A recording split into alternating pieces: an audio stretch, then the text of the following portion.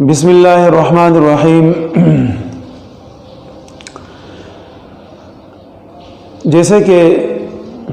ہمارے ہاں ایک غلط ضابطہ پڑا ہوا ہے اور اس ضابطے کے تحت ہم ہر اس آدمی کو جس کے پاس مال اور دولت ہوتا ہے اس کو دنیا دار سمجھتے ہیں، اور وہ آدمی کہ جس کے پاس مال اور دولت نہیں ہوتا اس کو ہم اپنے اعتبار سے فقراء اور مہاجرین کے اندر شامل کرتے ہیں۔ تو دیکھیں، ایک بات ذہنوں میں آنی ضروری ہے، ہم اس غلطی کے اندر تو پڑے ہوئے ہیں اور ہم نے اپنے ذہنوں میں یہ ایک تصور کیا ہوا ہے کہ بس اگر کسی آدمی کے پاس مال ہے، دولت ہے تو یہ بری چیز ہے، جبکہ بات اس طریقے سے نہیں۔ یقیناً مال کمانا اور مال کے متعلق خرچ کرنا، اس سب چیزوں کے متعلق اللہ رب العزت کے ہاں سوال تو ہوگا، وہ ایک الگ معاملہ ہے، لیکن خالصتاً مال کا جمع کرنا یہ اتنی کوئی بری چیز نہیں ہے جس کو اتنا برا بنایا گیا ہے۔ اصل چیز جو بری ہے اور اچھی ہے وہ انسان کا اللہ رب العزت کے ساتھ تعلق کا ہونا ہے کہ میرا اللہ کے ساتھ تعلق کس طریقے سے ہے، اور بالکل اس سے ہمارا ضابطہ سمجھ میں آ جاتا ہے کہ اگر ہمارے پاس مال ہے اور دولت ہے، حلال ہے، اور پھر بھی ہمارا تعلق اللہ رب العزت کے ساتھ بنا ہوا ہے، رسول اللہ صلی اللہ علیہ وسلم کے طریقوں کے ہم پابند ہیں، تو ایسے آدمی کو دنیا دار نہیں کہا جا سکتا، بلکہ یہ آدمی دیندار ہے۔ اسی اللہ رب العزت نے اس کو مال دیا، دولت دی،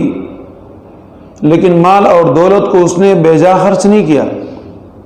اور مال اور دولت اس نے بے جا غلط طریقے سے، حرام طریقے سے، ناجائز طریقے سے کمایا نہیں، بلکہ حلال طریقے سے کمایا ہے،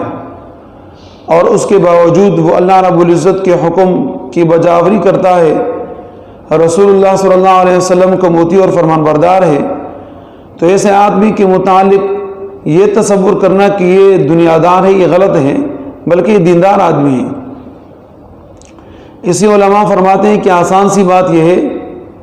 ہر وہ آدمی چاہے اس کے پاس مال ہو یا نہ ہو، جمع کنجی ہو یا نہ ہو، چاہے اس کے پاس جائیداد ہو یا نہ ہو، چاہے اس کے اولاد زیادہ ہو یا کم ہو، لیکن یہ ہے کہ اگر اس کا تعلق اللہ رب العزت کے ساتھ بنا ہوا ہے، نبی اکرم صلی اللہ علیہ وسلم کے طریقوں پر چلنے کا پابند ہے، تو وہ آدمی دیندار شمار ہوگا، چاہے مال ہو یا نہ ہو۔ اور وہ آدمی کہ جس کے پاس مال ہو یا نہ ہو، جائیداد ہو یا نہ ہو، لیکن اللہ کے حکم کا پابند نہیں ہے، رسول اللہ صلی اللہ علیہ وسلم کے طریقوں کا پابند نہیں، تو وہ آدمی دنیا دار ہی تصور ہوگا اور دنیا داروں میں اس کا شمار ہوگا۔ اسے فرماتے ہیں کہ دیکھیں، حرص دو قسم پر ہے، ایک حرص مذموم ہے اور ایک حرص غیر مذموم ہے۔ مذموم حرص اس کو کہا جاتا ہے کہ ایک آدمی ناجائز طریقے سے مال کماتا ہے اور مال جمع کرتا ہے، یہ مذموم اور بری چیز ہے۔ ایسی حرص کرنا، اس کی وجہ سے انسان دین سے محروم ہو جاتا ہے، کیونکہ دلوں کے اندر تکبر پیدا ہو جاتا ہے، غرور پیدا ہو جاتا ہے، اور جس کی وجہ سے اللہ رب العزت کے حکم سے دور چلا جاتا ہے وہ آدمی، اور صرف اس کے ذہن میں یہ ہوتا ہے کہ کسی بھی طریقے سے مال آنا چاہیے۔ جیسے کہ ہمارے ہاں ایک تصور ہوتا ہے، ہم مال کے پیچھے چلتے ہیں تو اس میں جائز ناجائز کا کوئی خیال نہیں کرتے، چاہے وہ گاہ کے اس کے ساتھ بھی ہم جھوٹ بولتے ہیں، چاہے ویسے معاملات ہے اس اعتبار سے بھی ہم جھوٹ بولتے ہیں۔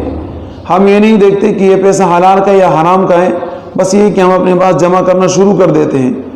یہ حرص جو ہے یہ مذموم ہے، اس کی برائی بیان کی گئی ہے،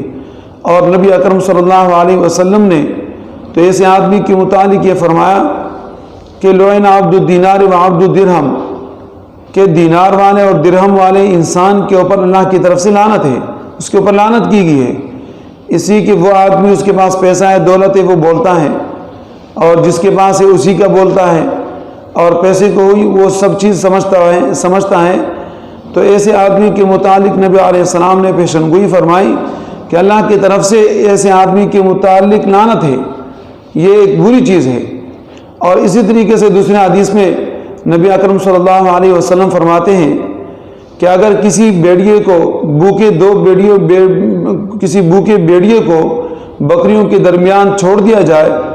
تو وہ بھوکا بیڑیا اتنا نقصان نہیں کرتا جتنا کہ وہ آدمی جو دنیا کا حریص ہے، مال کا حریص ہے، حلال حرام کا اس کو تمیز نہیں، اور اس کی مال کی وجہ سے اس کا دین فاسد ہوتا ہے، دین برباد ہوتا ہے، اس سے زیادہ جو ہے بیڑیے سے زیادہ نقصان اس کا مال وہ کر دیتا ہے۔ یعنی نبی علیہ السلام نے مثال سے ہمیں بتا دیا۔ تو آپ دیکھیں یہ وہ حرص ہے کہ جو مذموم ہے، حدیث میں جس کی برائی بیان کی گئی ہے، اور وہ حرص جو مذموم نہیں ہے وہ یہ ہے کہ آپ حلال طریقے سے اگر پیسے کماتے ہیں تو حلال طریقے سے آپ اس کو خرچ کرتے ہیں، یہ حرص مذموم نہیں ہے، یہ غیر مذموم ہے۔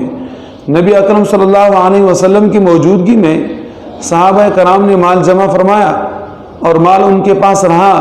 نبی علیہ السلام نے ان کے اوپر نکیر نہیں فرمائی۔ ہاں یہ ہے کہ ویسے مال کا جمع کرنا اپنے لیے ایک بوجھ ہوتا ہے۔ اب ظاہر ہے کہ کثرت سے مال جمع کرنا، دنیا میں بھی اس کی حفاظت ہوتی ہے، ذمہ داری ہوتی ہے، ٹینشن ہوتا ہے، پریشانی ہوتی ہے، اور ظاہر ہے کہ اسی کے متعلق اللہ رب العزت کو سوال جواب بھی دینا پڑتا ہے۔ لیکن وہ لوگ کہ جو اچھی طریقے سے کماتے ہیں اور اچھی طریقے سے خرچ کرتے ہیں، ان کے لیے کوئی برائی نہیں ہے، بلکہ یہ کہ وہ جو مال کماتے ہیں اور وہ مال مدارس کے اوپر خرچ کرتے ہیں، مساجد کے اوپر خرچ کرتے ہیں، باقی بیواؤں اور غریبوں کے اوپر خرچ کرتے ہیں، لوگوں کی امداد کرتے ہیں، لوگوں کے لیے مکانات بناتے ہیں، باقی خیر اور خیرات کے کام کرتے ہیں، تو ایسے آدمیوں کے متعلق، ایسے تاجروں کے متعلق تو نبی علیہ السلام نے فرمایا التاجر الصدوق الامین مع النبیین والصدیقین والشہداء، کہ ایسے تاجروں کا حشر تو انبیاء علیہ السلام کے ساتھ، شہداء کے ساتھ اور صالحین کے ساتھ ہوگا۔ تو غرض یہ تھا کہ جو ہم نے ایک ضابطہ بنایا ہوا ہے کہ جس کے پاس مال دولت ہے اس کے اوپر ڈائریکٹ ہم یہ حکم لگاتے کہ یہ دنیا دار ہے، یہ غلط بات ہے۔ جس کے پاس مال دولت نہیں ہوتا اس کو ہم فقراء اور مہاجرین میں شامل کرتے، ہم کہتے ہیں یہ دیندار آدمی ہے، ملنگ آدمی ہے، یہ بس یہ کہ یہ اچھا آدمی ہے، بس اس کو کوئی پرواہ نہیں ہے، یہ جو ہے نا ان چیزوں میں نہیں ہے۔ یہ ضابطے ہمارے غلط ہے۔ دین کے اعتبار سے، اسلام کے اعتبار سے ضابطہ یہ ہے کہ ہر وہ آدمی چاہے اس کے پاس کم مال ہو یا زیادہ مال ہو، لیکن یہ ہے کہ وہ مطیع اور فرمان بردار ہے، وہ دیندار ہے۔ اور اگر اس کے پاس مال کم ہے یا زیادہ ہے یا مال نہیں ہے لیکن وہ اللہ کے حکم کی بجاوری نہیں کرتا تو وہ آدمی دنیا داروں میں شامل ہوتا ہے۔ باقی یہ ہے کہ ہم اچھی طریقے سے اللہ رب العزت کے احکامات کے اوپر عمل کرنے والے بن جائے۔ اللہ پاک ہم سب کو عمل کی توفیق عطا فرمائے۔